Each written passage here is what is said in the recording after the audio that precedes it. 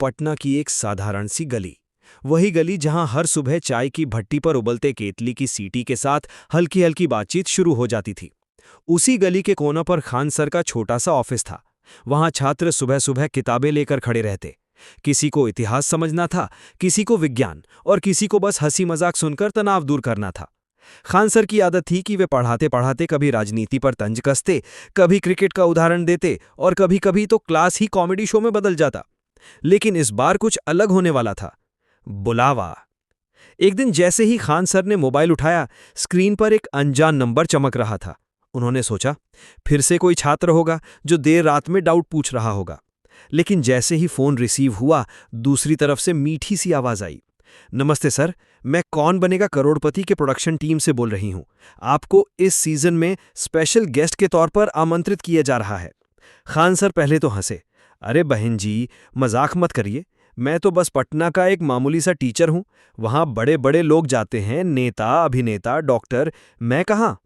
लेकिन जब ईमेल आया, उस पर सोनी टीवी का लोगो चमक रहा था, तो उनकी आंखें फटी की फटी रह गई। अब कोई शक नहीं रहा, ये सपना नहीं, हकीकत थी। तैयारी। खबर फैलते ही पटना में हलचल मच गई। छात्र बोली मारने लगे, सर अब तो आप करोड़पति बनकर ही लौटेंगे। कोई कहता, सर वहां जाकर भी मजाक उड़ाइएगा, वरना मजा नहीं आएगा। तो कोई छात्र ये सोचकर परेशान था कि अगर सर वहां जाकर इतिहास वाले प्रश्न गलत कर देंगे तो हमारी इज्जत भी गई। खान सर खुद सोच में पड़ गए।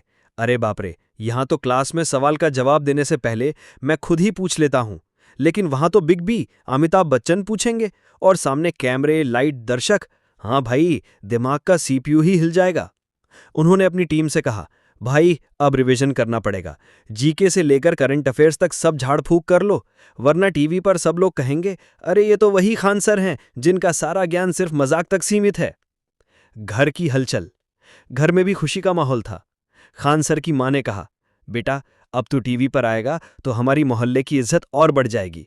लेकिन ध्यान रहे, बच्चन साहब से आंख में आंख डालकर बात करना, डरना मत। उनकी भाभी बोली, देखो जीजा जी, एकदम वीआईपी की तरह तैयार होकर जाना, सूट बूट पहनना, वरना आप तो क्लास में पायजामा कुर्ता में ही पढ़ा देते हैं। खान सर हंसकर बोले, अरे सूट बूट पहन लूंगा, लेकिन दिमाग तो वही पुराना पटना वाला चलेगा। पटना से मुंबई। अब दिन तय हुआ, फ्लाइट का टिकट आया। खान सर पहली बार बिजनेस क्लास में बैठे। एयर होस्टेस ने जैसे ही पूछा, सर कॉफी या जूस, तो खान सर ने मुस्कुराकर जवाब दिया, बहन जी यहां सब फ्री है ना, तो दोनों दे दीजिए। बाकी यात्री हंस पड़े। जब फ्लाइट मुंबई पहुंची तो बाहर मीडिया वाले कैमरा लिए खड़े थे। खान सर की आवाजें गूंज रही थी। खान सर ने हाथ जोड़कर कहा, भाई ऐसे मत करिए, मैं कोई फिल्म स्टार नहीं हूं, बस बच्चों का टीचर हूं। स्टूडियो की पहली झलक। मुंबई के फिल्म सिटी में जैसे ही वे पहुंचे, चारों ओर जगमगाती लाइटें, सेट का भव्य माहौल देखकर उनके मुंह से निकला, अरे बाप रे, ये तो पटना के मेरे क्लासरूम से 1000 गुना बड़ा है। उनके सामने लिखा था, कौन बनेगा करोड़पति, हॉट सीट। खान सर ने गहरी सांस ली और मन ही मन कहा, चल भाई अब खेल शुरू होता है। मुंबई का फिल्म सिटी। जैसे ही गाड़ी केबीसी स्टूडियो के गेट पर रुकी, खान सर की धड़कनें तेज हो गईं। बाहर गार्ड्स, कैमरे और दर्शकों की लंबी कतार। सबकी निगाहें उस इंसान पर टिक गईं जो अपनी मजाकिया लेकिन तेज दिमाग वाली शख्सियत से पूरे देश में मशहूर था। खान सर धीरे धीरे गाड़ी से उतरे। उन्होंने पैजामा कुर्ते के ऊपर ब्लेजर डाल रखा था। किसी ने तुरंत ताना भी मार दिया, अरे सर ये क्या ड्रेस है, आधा बिहार आधा मुंबई। खान सर हंसते हुए बोले, भाई यही तो इंडिया है, मिक्सचर वाला, असली स्वाद तो इसी में आता है। मेकअप रूम की हालचल। जैसे ही वे मेकअप रूम में पहुंचे, टीम ने कहा, सर कैमरे के सामने आपको थोड़ा टचअप करना पड़ेगा। खान सर हड़बड़ा गए, भाई मैं तो क्लास में बिना पाउडर फाउडर के ही अच्छा दिखता हूं, अब ये पाउडर लगाकर लोग कहीं मुझे हीरो न समझ लें। मेकअप आर्टिस्ट हंस पड़ी, बोली, सर हीरो तो आप पहले से ही हैं, बस चमक बढ़ा रहे हैं। स्टूडियो का नजारा। लाइटें जल उठी। नीले बैंगनी रंग से चमकता केबीसी का सेट, गोल गोल घूमती स्पॉटलाइटें और दर्शकों की तालियां।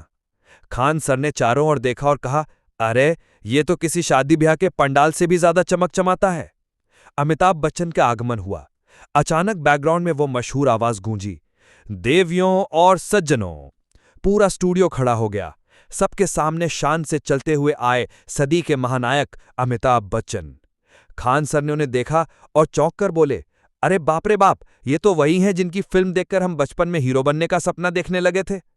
जैसे ही अमिताभ जी खान सर के पास पहुंचे, उन्होंने हाथ जोड़कर कहा, नमस्कार सर, आपका स्वागत है, बहुत सुना है आपके बारे में। खान सर तुरंत हंसकर बोले, सर हम भी बहुत सुने थे आपके बारे में, लेकिन इतना लंबा देखकर तो डर ही लग गया। आप तो खड़े होकर ही एक पेड़ जैसे दिखते हैं। पूरा स्टूडियो ठहाकों से गूंज उठा, खुद बिग बी भी हंस दिए। हॉट सीट पर बैठना। अब वो पल आया जब खान सर को हॉट सीट पर बैठने बुलाया गया। जैसे ही वे कुर्सी पर बैठे, उन्होंने सीट बेल्ट को देखा और बोले, ये बेल्ट क्यों लगाया गया है, कहीं उड़ान तो नहीं भरने वाली है। अमिताभ जी मुस्कुराए और बोले, सर ये हॉट सीट है, जहाज नहीं, लेकिन सवालों की गर्मी से उड़ान जरूर भर सकती है। पहला सवाल से पहले का मजाक। खेल शुरू होने से पहले ही खान सर ने दर्शकों से कहा, देखो भाई, यहां सवालों का सही जवाब दूं या नहीं, लेकिन हंसी का सही डोज जरूर दूंगा। बाकी पैसों की चिंता मत करो, अगर मैं हार गया तो पटना वापस जाके फिर से क्लास खोल लूंगा। दर्शक हंस पड़े। स्टूडियो में लाइटें थोड़ी धीमी हुईं। सामने स्क्रीन पर पहला सवाल चमकने लगा। दर्शक सांस रोक के बैठे थे। खान सर की आंखें चमक रही थीं और चेहरे पर वही पुरानी शरारती मुस्कान थी। पहला सवाल, वार्म अप। अमिताभ बच्चन ने मुस्कुराते हुए पूछा, भारत का राष्ट्रीय पक्षी कौन सा है? खान सर ने तुरंत कहा, सर ये तो आसान है, मोर, क्योंकि बाकी पक्षियों को वीआईपी ट्रीटमेंट नहीं मिला। स्टूडियो ठहाकों से गूंज उठा। जवाब सही था। दूसरा सवाल, हंसी का तड़का। अब स्क्रीन पर आया, इनमें से कौन सा खेल बैट और बॉल से खेला जाता है? ए फुटबॉल, बी क्रिकेट, सी कबड्डी, डी खो खो। खान सर ने हाथ उठाकर कहा, सर ये सवाल देखकर तो हमारे बिहार के बच्चे भी कहेंगे, ऐसा सवाल तो मोहल्ले में खेलते खेलते ही बता देंगे। इसका जवाब है क्रिकेट, और अगर किसी ने कबड्डी कहा तो समझो उसने बैट से पिटाई ही खाई होगी।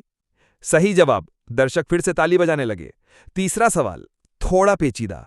अब सवाल आया, भारत के संविधान की प्रस्तावना में समाजवादी और धर्मनिरपेक्ष शब्द किस संशोधन द्वारा जोड़े गए थे? खान सर ने गहरी सांस ली, बोले, अरे ये तो सीधा जीएस का सवाल है, मेरे बच्चे तो इसे नींद में भी बता देंगे। जवाब है 42वां संशोधन। अमिताभ जी बोले, बिल्कुल सही जवाब। लाइफलाइन का मजा। अब सवाल थोड़ा कठिन हो गया।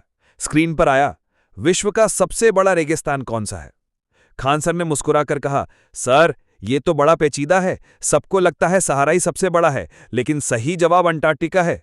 लेकिन चलिए थोड़ा ड्रामा करते हैं, ऑडियंस पोल मारिए।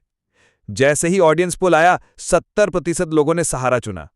खान सर बोले, देखा सर, यही तो दिक्कत है, लोग पढ़ाई में ध्यान नहीं देते। ऑडियंस पोल भी बिहार के क्लास टेस्ट जैसा हो गया। फिर उन्होंने सही जवाब दिया, अंटार्कटिका। स्टूडियो ताली बजाने लगा। मजाक और ज्ञान साथ साथ। बीच में अमिताभ जी ने पूछा, सर आप इतना मजाक करते हैं, कभी गंभीर भी होते हैं? खान सर बोले, सर गंभीर तो तब होते हैं जब घर वाले पूछते हैं, पढ़ाने से आखिर घर कैसे चलेगा, बाकी सब समय हंसी ही हंसी है। पूरा माहौल हल्का फुल्का हो गया। 7 करोड़ का रास्ता। धीरे धीरे सवार बढ़ते गए। खान सर 25 लाख, 50 लाख और फिर 1 करोड़ तक पहुंच गए। दर्शक खड़े होकर ताली बजा रहे थे। अब बारी थी उस सवाल की जो उन्हें 7 करोड़ की ओर ले जाने वाला था। अमिताभ जी ने गहरी आवाज में कहा, अगर आप ये सवाल सही कर देते हैं तो आप बन जाएंगे करोड़पति। सवाल था, रामचरितमानस को किसने लिखा? खान सर ने तुरंत कहा, सर ये तो पटना के बच्चे भी बता देंगे, गोस्वामी तुलसीदास। सही जवाब। स्टूडियो गूंज उठा, खान सर, खान सर। 7 करोड़ का बड़ा सवाल। पूरा स्टूडियो खड़ा हो गया। रोशनी और भी तेज हो गई। अमिताभ बच्चन ने गंभीर आवाज में कहा, खान सर ये है आपका 7 करोड़ का सवाल, ध्यान से सुनिए। सवाल था, पृथ्वी पर सबसे पहला उपग्रह किस देश ने छोड़ा था और उसका नाम क्या था? खान सर ने गहरी सांस ली। बोले, सर ये इतिहास और विज्ञान का मिला-जुला सवाल है। इसका जवाब है सोवियत संघ, यूएसएसआर, और उपग्रह का नाम था स्पुतनिक 1। अमिताभ जी ने थोड़ी देर चुप रहकर कहा, क्या ये आपका अंतिम उत्तर है? खान सर ने जोश में कहा, हाँ सर, अंतिम और फाइनल, जैसे बिहार बोर्ड का रिजल्ट फाइनल होता है। नतीजा। लाइटें चमकी, स्क्रीन पर हरा रंग आया। सही जवाब। पूरा स्टूडियो तालियों से गूंज उठा। दर्शक खड़े होकर झूमने लगे। अमिताभ बच्चन ने खड़े होकर खान सर को गले लगाया और कहा, बधाई हो सर, आप बन गए 7 करोड़पति।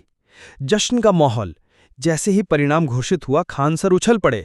बोले, सर ये पैसे तो मैं बच्चों की पढ़ाई, गरीबों की मदद और अपने देश की सेवा में लगाऊंगा। खुद के लिए तो बस 2 कप चाय काफ़ी है। दर्शकों की आंखें नम हो गईं। किसी ने कहा, देखो असली हीरो तो यही हैं, करोड़पति बनकर भी जमीन से जुड़े हुए हैं।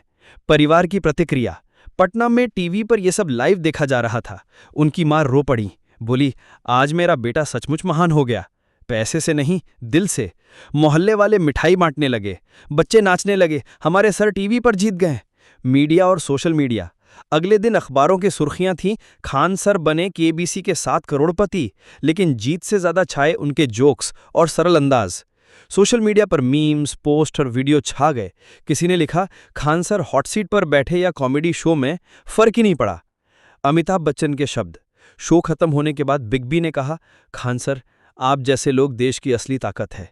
आपकी हंसी, आपका ज्ञान और आपकी निस्वार्थ भावना हम सबको प्रेरणा देती है। खान सर झुककर बोले, सर, असली ताकत तो आपके जैसे लोगों का आशीर्वाद है। हम तो बस छोटे से टीचर हैं। खान सर का पटना वापसी। जब वो मुंबई से लौटे, पटना एयरपोर्ट पर हजारों लोग उनका इंतजार कर रहे थे। खान सर जिंदाबाद, खान सर अमर रहें के नारे लग रहे थे। खान सर हंसते हुए बोले, अरे भाई, मैं नेता नहीं हूं, बस पढ़ाने वाला हूं। असली जिंदाबाद तब होगा जब हमारे बच्चे आगे बढ़ेंगे। खान सर से सीख। इस पूरे सफर ने एक बात साफ कर दी, अगर इंसान सच्चे दिल से मेहनत करे, हंसी मजाक में भी ज्ञान बांटे और दूसरों की भलाई सोचे, तो वो जहां भी जाएगा वहीं रोशनी फैला देगा। खान सर करोड़पति बने या न बने, लेकिन असली दौलत थी उनकी सादगी, उनकी हंसी और उनके छात्र।